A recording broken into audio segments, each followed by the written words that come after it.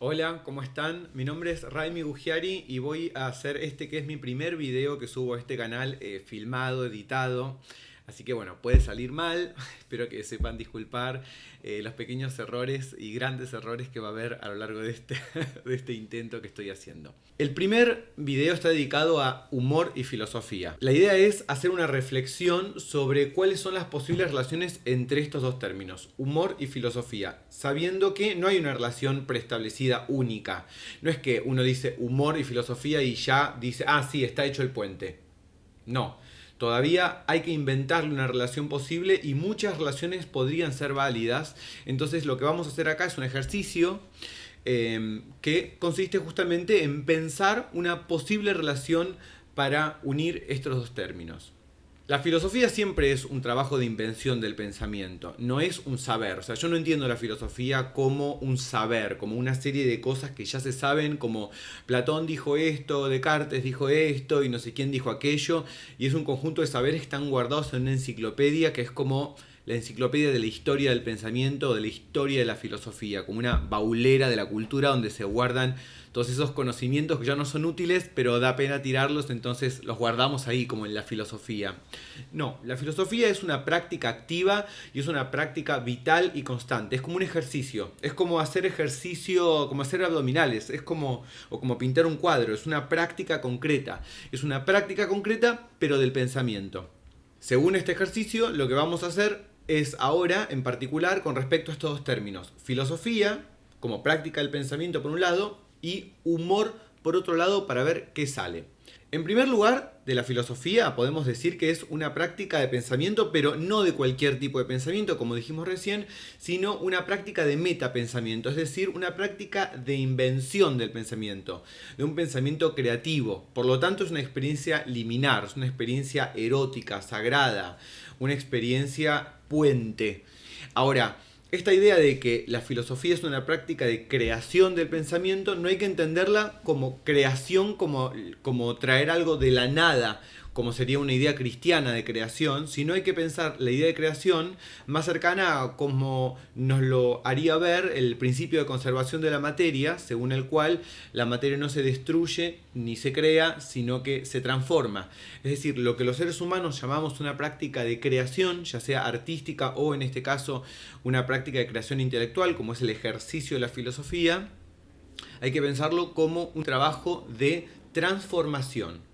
También es un trabajo de transformación el trabajo del artista. Entonces, de alguna manera, es importante esto porque podemos ver en la experiencia estética del arte una experiencia muy parecida a la experiencia que encontramos en la filosofía para quienes participan de esta práctica. Y no es unilateral, no es unipersonal. La práctica de la filosofía es, al igual que el arte, una práctica que es con otro, es dialógica, siempre es con otros, para otros, con respecto a otros que se filosofa y no es de pura interioridad mía, es en relación a mi exterioridad, subjetiva, objetiva, corpórea, social, cultural, psíquica, es en relación a toda esa práctica del afuera que yo pienso en un modo inventivo, un modo filosófico.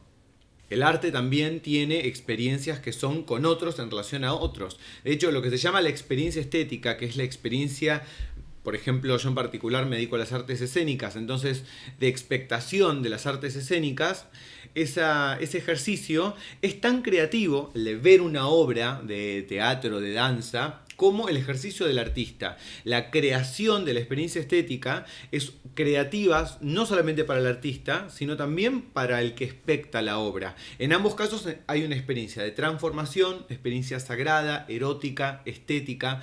Bueno, podemos pensar de alguna manera que el ejercicio de la filosofía también implica una experiencia de transformación y una experiencia creativa para el que, digamos, está reflexionando, como para aquel que está escuchando y que también está formulando pensamientos en su cabeza, como ustedes ahora al escucharme están pensando conmigo. No solamente yo estoy pensando, yo estoy ocupando un lugar que es el de la palabra en este caso, pero ustedes del otro lado, si están viendo esto y están prestando atención, están de alguna manera reconstruyendo estos pensamientos y entonces también es creativo para ustedes. Y los pensamientos que ustedes están reconstruyendo no son los mismos que yo estoy teniendo en este momento o los que tuve ayer a partir de los cuales decidí hacer este video. Los pensamientos se van construyendo en distintas instancias y en distintas instancias se construyen distintos, aunque tengan algo en común. Por lo tanto, nunca deja de ser creativo si participamos de este proceso que es como una especie de contagio, como una especie de oleada que se va pasando de un punto al otro. Como toda experiencia estética, también la experiencia de la práctica filosófica, como toda experiencia de creación, implica una vivificación, un estado de singularidad, de excepcionalidad, que es como una especie de despertar, de encenderse. Como la experiencia erótica también es una vivificación. De la misma manera la experiencia estética y la experiencia sagrada y la experiencia política también lo puede ser, y la experiencia de la creación del pensamiento, que es la experiencia filosófica, es una experiencia de vivificación. Bien, ahora pasemos al humor. Primero vamos a hacer una pequeña diferenciación terminológica. No es lo mismo humorístico que cómico que risible. Vamos a diferenciar un momento entre estos. Primero, que hay varios autores que han hecho diferencias entre una cosa y la otra, pero nosotros vamos a crear ahora una diferenciación, si se quiere, que la estoy inventando y que es instrumental y que no es esencial y que se puede inventar una nueva conceptualización si ustedes quieren. Podemos hacer una nueva definición de estos términos, pero por el momento vamos a tener esta simplemente a modo de ayudarnos con la tarea que se viene ahora de pensar este tema. Una cosa es lo que es humorístico. Vamos a llamar humorístico al trabajo, al gesto humano de querer intencionalmente provocar risa. Por otro lado, vamos a llamar cómico al gesto humorístico, pero enmarcado en un hecho artístico, y en particular resultan ser hechos narrativos. O sea, fíjense que cómico se suele decir de una obra de teatro, de una película, de un cómic, o sea, de elementos que permitirían contar una historia. Ahora, uno puede encontrar un hecho cómico en una obra que no es narrativa. Bueno, pero cuando uno dice que algo es cómico, lo que está diciendo es que eso se enmarcaría en una comedia. Aunque eso en donde esté no sea una comedia, eso podría pertenecer a una comedia. Y eso es lo que uno dice cuando dice que algo es cómico. Entonces ahí diferenciamos lo humorístico de lo cómico, que refiere en particular a una forma artística, una forma estética que es la comedia. Ahora bien, ninguna de estas dos cosas es de lo que me río.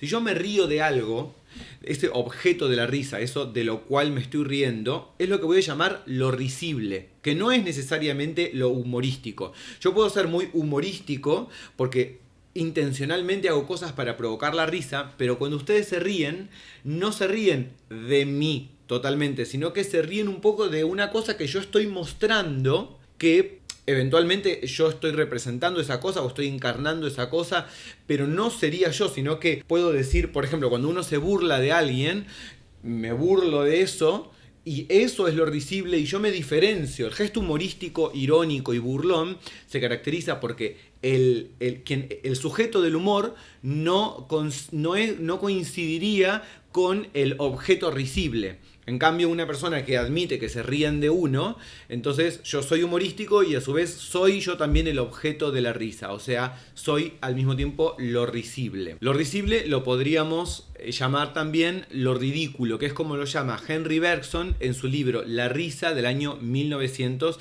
que es uno de los pocos libros de filosofía que se trata sobre el fenómeno de la risa, del humor y de lo cómico. Hay muchísimos libros que se tratan sobre la risa, tanto desde el punto de vista de la psicología, de la neurología, o que se tratan sobre la comedia como desde la historia y teoría del arte. Pero desde la filosofía no es tan común que se aborde el problema del humor o el problema de la risa como un problema filosófico. Es algo relativamente singular. Por eso el libro de Bergson tiene algo excepcional, tiene algo especial. ¿Qué sabemos sobre la risa? Sabemos que es humana, que solo los humanos se ríen y solo de lo humano nos reímos. Ya sé que muchos de ustedes vieron videos de monos riéndose en YouTube, yo también los vi, están buenísimos, me encanta ver videos de monos en YouTube, pero la verdad es que si uno se pone a ver esos videos, se encuentra que el fenómeno que nosotros llamamos reírnos implica una serie de condimentos que no están presentes ahí.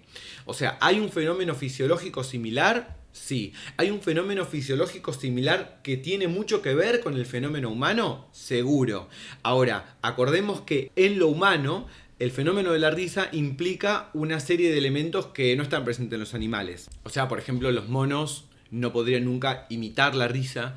Los monos no se ríen con cuerdas vocales, es una risa particularmente aérea. Se ríen no solamente exhalando, sino inhalando y exhalando. Es como es como una risa que va para adentro y va para afuera. No es solamente que es una característica muy de lo humano, de cómo nos reímos. Bergson dice en La risa que nos reímos como una forma de castigo o corrección a un comportamiento, que el comportamiento risible, ridículo, que tiene una especie de cualidad antisocial, de cualidad rígida. Es como una forma que ha perdido la vida, ha perdido el sentido y que se expresa torpemente, rígidamente, ya sea en un gesto humano, en el lenguaje, en una situación. Se ve como un automatismo, una especie de mecanicismo de la situación, del lenguaje o de un gesto, y esa mecanicidad del gesto es lo que nos hace ver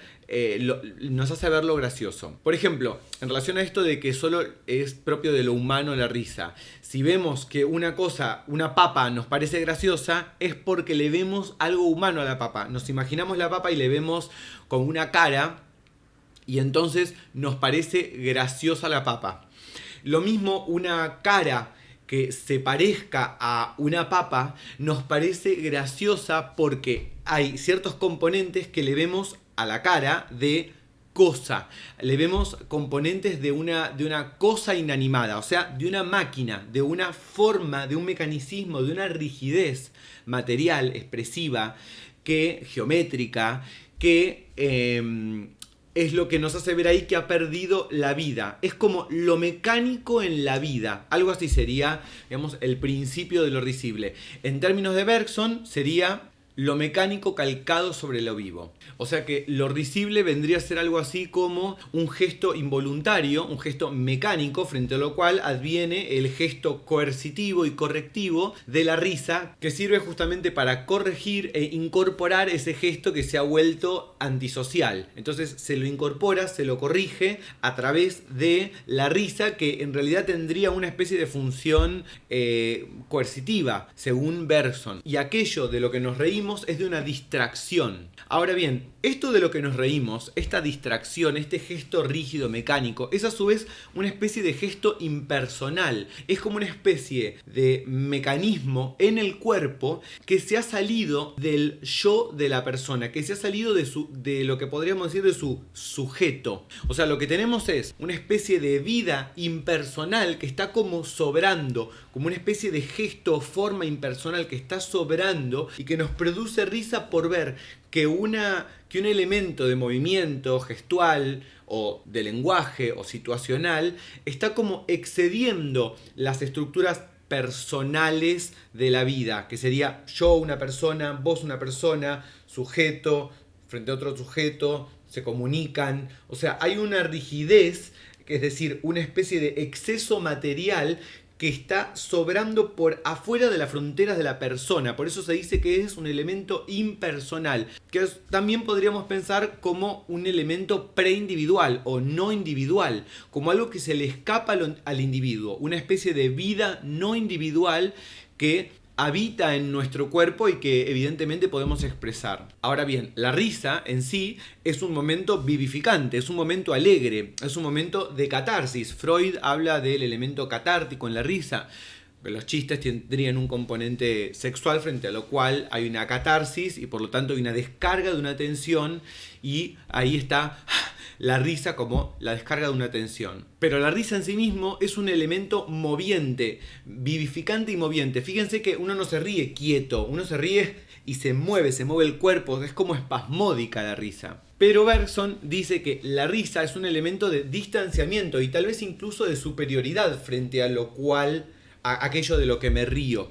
Implica, porque estoy viéndolo como degradado, estoy viéndolo como este elemento que debe ser corregido. Por lo tanto, quien se ríe se ubicaría en una posición superior con respecto a de lo que se ríe. Sin embargo, hay elementos que no están en el libro de La risa de Bergson, pero que también habría que tener en cuenta. Por ejemplo, la risa también es un elemento de empatía, como de amor. Cuando yo me río de algo, no solamente me distancio de aquello, sino que también me identifico. Me río porque me identifico con eso. Encuentro que yo podría cometer esa torpeza, que eso podría, esa digámosle, monstruosidad, ese exceso que habita en esa cosa, podría también habitar en mí, porque como es impersonal, es contagioso. Como es impersonal, podría yo tenerlo, o no habría manera de decir pertenece a esa persona lo gracioso. Lo gracioso es contagioso y tal vez yo también soy risible.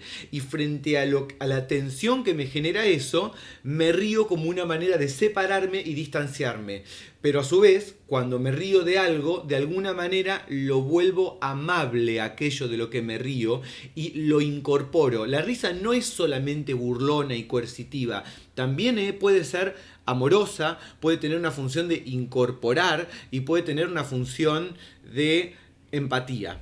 Entonces, al igual que una sensación de peligro, la risa es vivificante. Al igual que el erotismo, que la experiencia erótica o la experiencia liminar, o sea, de límite, peligrosa, o la experiencia sagrada, entendida de una manera por ahí no cristiana, la risa es un elemento vivificante, es un elemento que te despierta, que te enciende, como un acto creativo. Durante mucho tiempo, varias personas han pensado, filósofos, pensadores y demás, y es posible que hayan escuchado, pensar en la filosofía como un pensamiento trágico, como un pensamiento de lo trágico. Bueno, pensemos ahora la filosofía como pensamiento cómico. Vamos a hacer otro ejercicio. Como una característica del pensamiento filosófico, o sea, del pensamiento creativo, que sería su comicidad en oposición a su aspecto trágico. Tragicidad. Ustedes saben que Aristóteles en la Poética dice que la tragedia genera en el espectador dos emociones muy fuertes que se han traducido esas palabras en griego como temor y compasión, aunque Gadamer las tradujo luego como estremecimiento y desolación. Más allá de esta diferencia, pues si pensamos en las cuatro palabras juntas, temor, compasión, estremecimiento, desolación, evidentemente no se parecen en mucho a la reacción de la risa de la comedia, pero podríamos encontrar que algo tienen en común, porque tanto la reacción de lo trágico como la reacción de lo cómico, encontramos que hay una experiencia vivificante. Es una experiencia vivificante en ambos casos. Podemos decir que tal vez existió un tiempo en que la tragedia y la comedia estaban unidas, en donde tal vez la reacción frente al ritual trágico, la reacción frente al ritual cómico no estaban diferenciadas y tal vez en ese ritual primitivo del que proviene la tragedia había risas antes de que se pudieran diferenciar la tragedia y la comedia. Es muy difícil realmente saber esto en términos históricos porque estaríamos hablando de un tiempo tan antiguo que sería muy difícil no ser muy especulativos con respecto a estas tesis. Pero sería divertido como juego de pensamiento imaginar que hubo un ritual en el cual estaban unidos. Pero tendríamos que hablar de un ritual muy, muy antiguo. Como sabemos, la tragedia viene del ritual de sacrificio del macho cabrío, en el canto al macho cabrío, que es de donde viene la palabra tragedia, pero también es el ritual de sacrificio al Cordero de Dios en la tradición judeocristiana, o el mismo Cristo crucificado, que es un ritual de sacrificio. Es este ritual de sacrificio humano o animal el que, representado estéticamente, luego deriva en lo que sería la forma trágica. O sea que de alguna manera el proceso de la tragedia, lo que muestra la tragedia es un proceso de individuación humana. Es el drama del individuo frente a lo no individuado, la comunidad, el destino, Dios, la muerte. Y en una tragedia siempre hay un héroe que transgrede una ley y que por eso recibe un castigo. y ese castigo es ratificador de la ley. O sea, al final de toda tragedia lo que hay es una ratificación de la ley transgredida. La tragedia es de hecho un relato que te muestra cómo la transgresión de una ley es absolutamente fundacional de la ley. Una ley cuando nace no es que simplemente genera el efecto de acatamiento a la ley.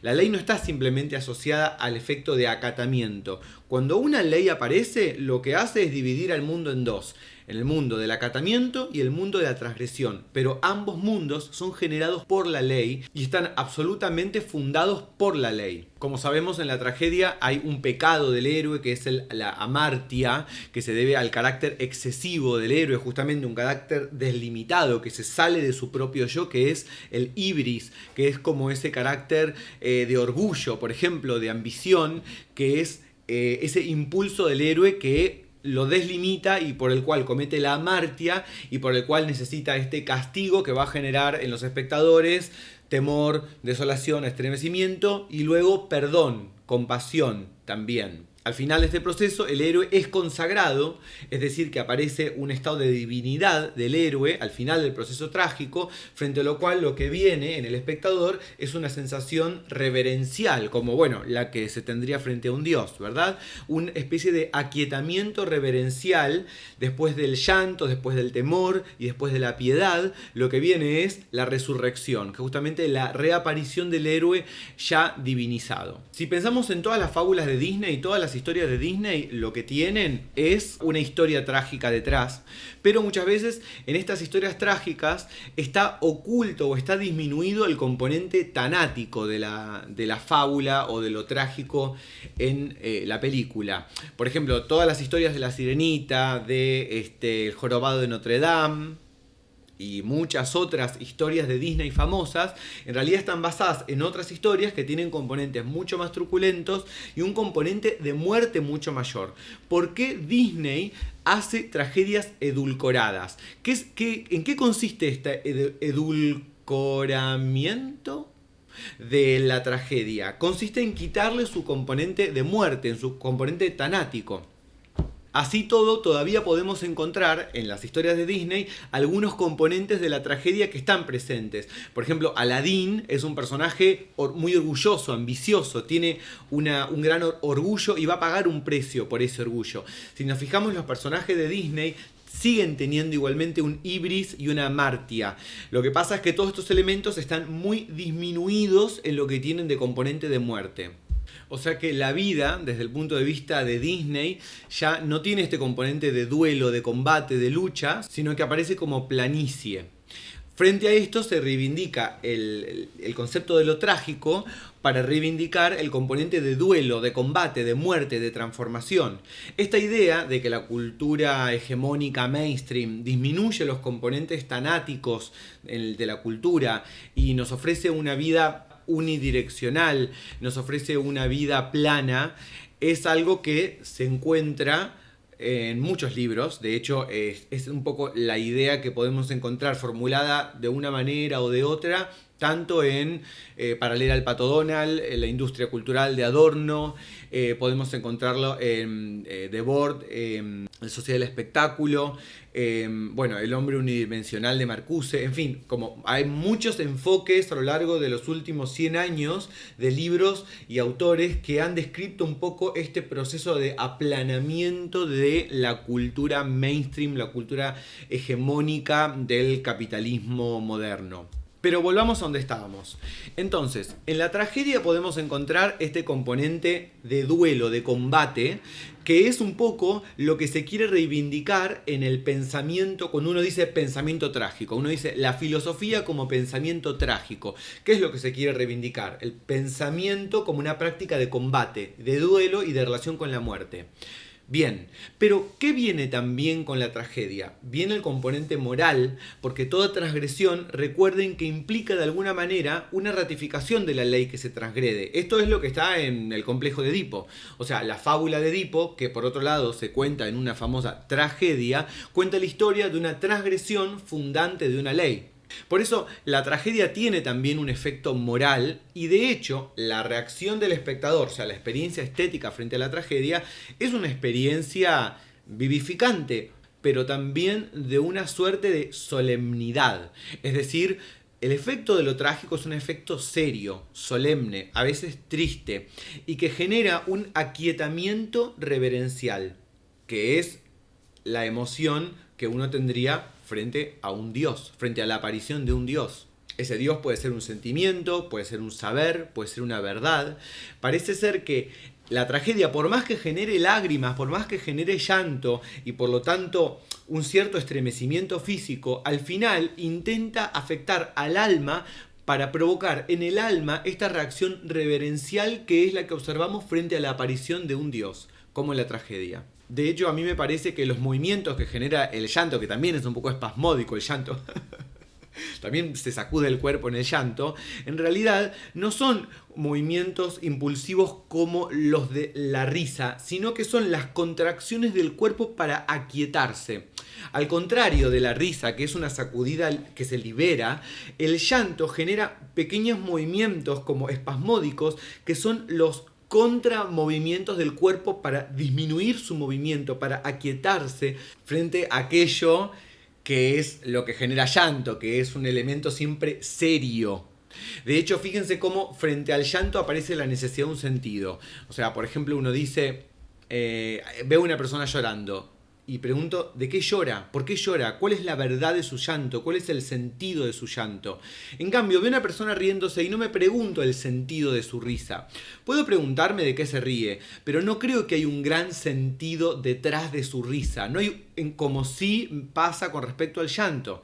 Por eso la risa es algo mucho más amoral, mucho más atea y mucho más física que la experiencia de lo trágico. Ahora, como habíamos visto en Bergson, también hay una especie de ibris cómica. Hay como un exceso, esta especie de rigidez, como lo dice Bergson, pero también podríamos decir esta deslimitación, este exceso impersonal, podría ser pensado como el ibris cómico, frente a lo cual se genera una catarsis cómica, que es la risa. En ambos casos hay una identificación seguido de una diferenciación.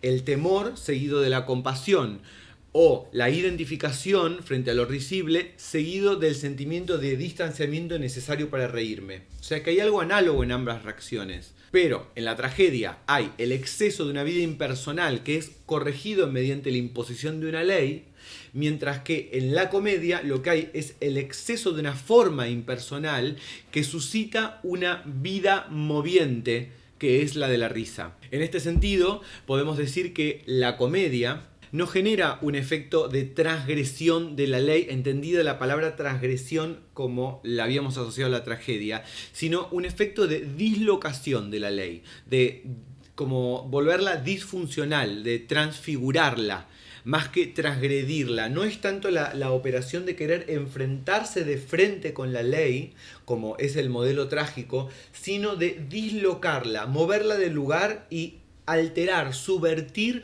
su función. Es decir, sería más que transgresora, la encuentro subversiva. Porque si la ley es la forma, o sea, la forma, el gesto, lo gracioso es quien cumple la ley exageradamente, no quien la incumple.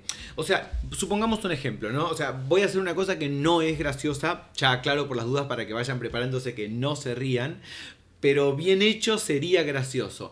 Supongamos una persona que quiere saludar a alguien que está atrás, pero no se da cuenta y se lleva puesta su propia pera en el recorrido del saludo. Entonces es como que es como que al llevarse puesta su pera hubo una especie de automatismo, una especie de rigidez del movimiento. Esa es la torpeza. Es como una especie de ley gestual que fue cumplida exageradamente, tan exageradamente que se llevó puesta la vida de la pera. Bueno, se ve que un poco de lo que nos reímos es de un cumplimiento de formas de manera exagerada, de manera desbordada, que es lo contrario de un incumplimiento o una transgresión de la ley forma. Al cumplirla exageradamente, la ley queda desvirtuada, queda subvertida, pierde su sentido, queda transfigurada y genera risa. Judith Butler, en un capítulo del libro Cuerpos que Importan, que se llama El género en llamas, donde habla sobre la película Paris is Burning, que es la película que retrata un poco los ballrooms donde surgió el voguing, el movimiento drag y demás, en una Nueva York de maricas, trans, queer, negras, latinas, etc.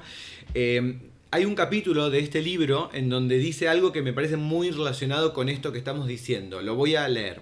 El sujeto no solo podría rechazar la ley, sino también quebrarla, obligarla a una rearticulación que ponga en tela de juicio la fuerza monoteísta de su propia operación unilateral.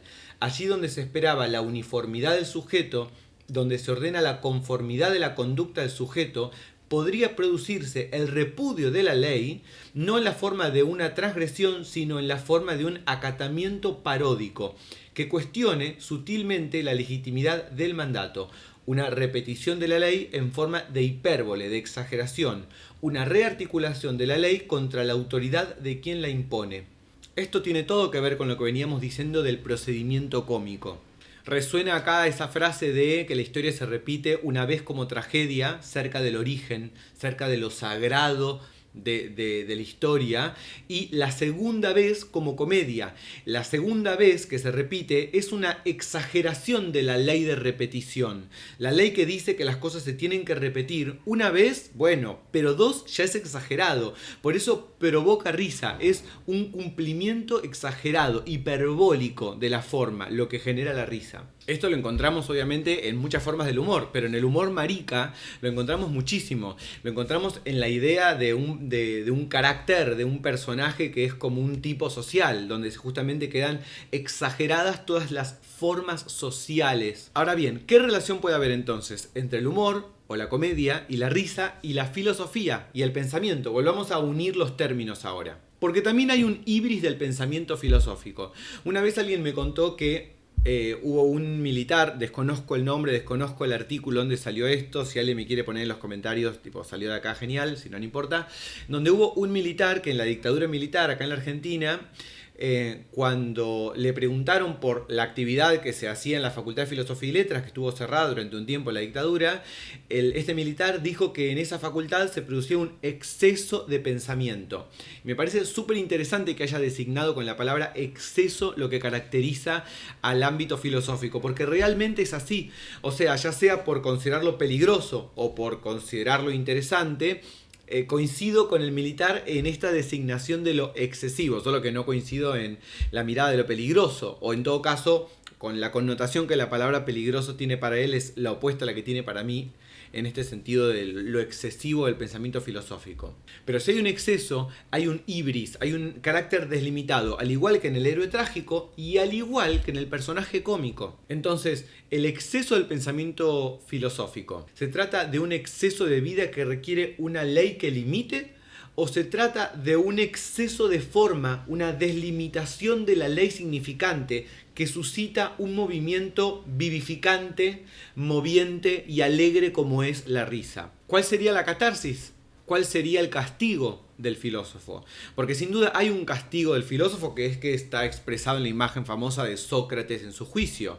La gente se ríe de los filósofos, se burla de los filósofos y es como un personaje que genera risa y también que genera cierto castigo social. Pero a su vez es contagioso porque el aprendiz de filosofía sabe que se está aventurando en una vida de castigos, pero en una vida de premios.